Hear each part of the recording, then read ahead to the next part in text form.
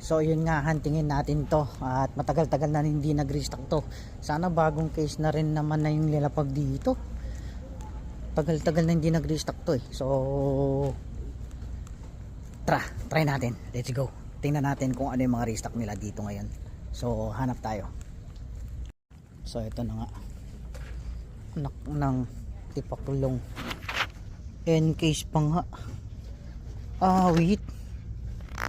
N-case. Sige, kuha tayo. Busin natin ang N-case dito. Wait naman.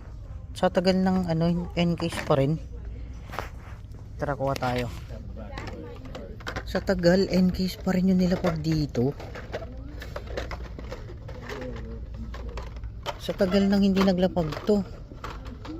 Akala ko bago na. Nilalapag nila dito. Hindi pala. N-case pa rin.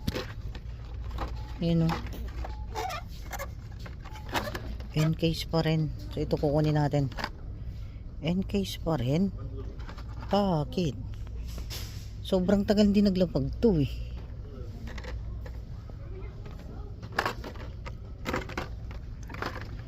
Tara, kuha tayo.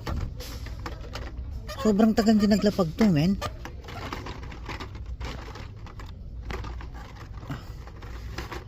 Naku, puro R33 ang makukuha natin dito. Sobrang tagal na hindi naglapag to.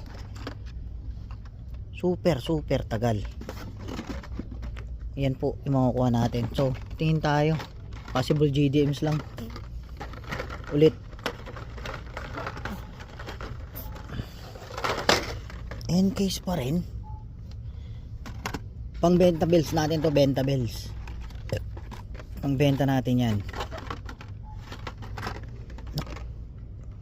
Witais talaga. Iwan ko na yan, lane low rider na yan.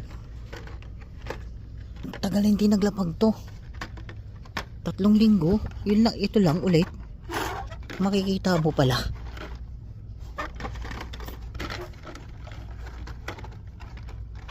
Witais. So yun nga. Iwan na natin yan.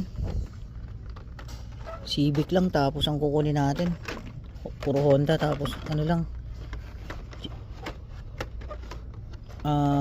R34, R32.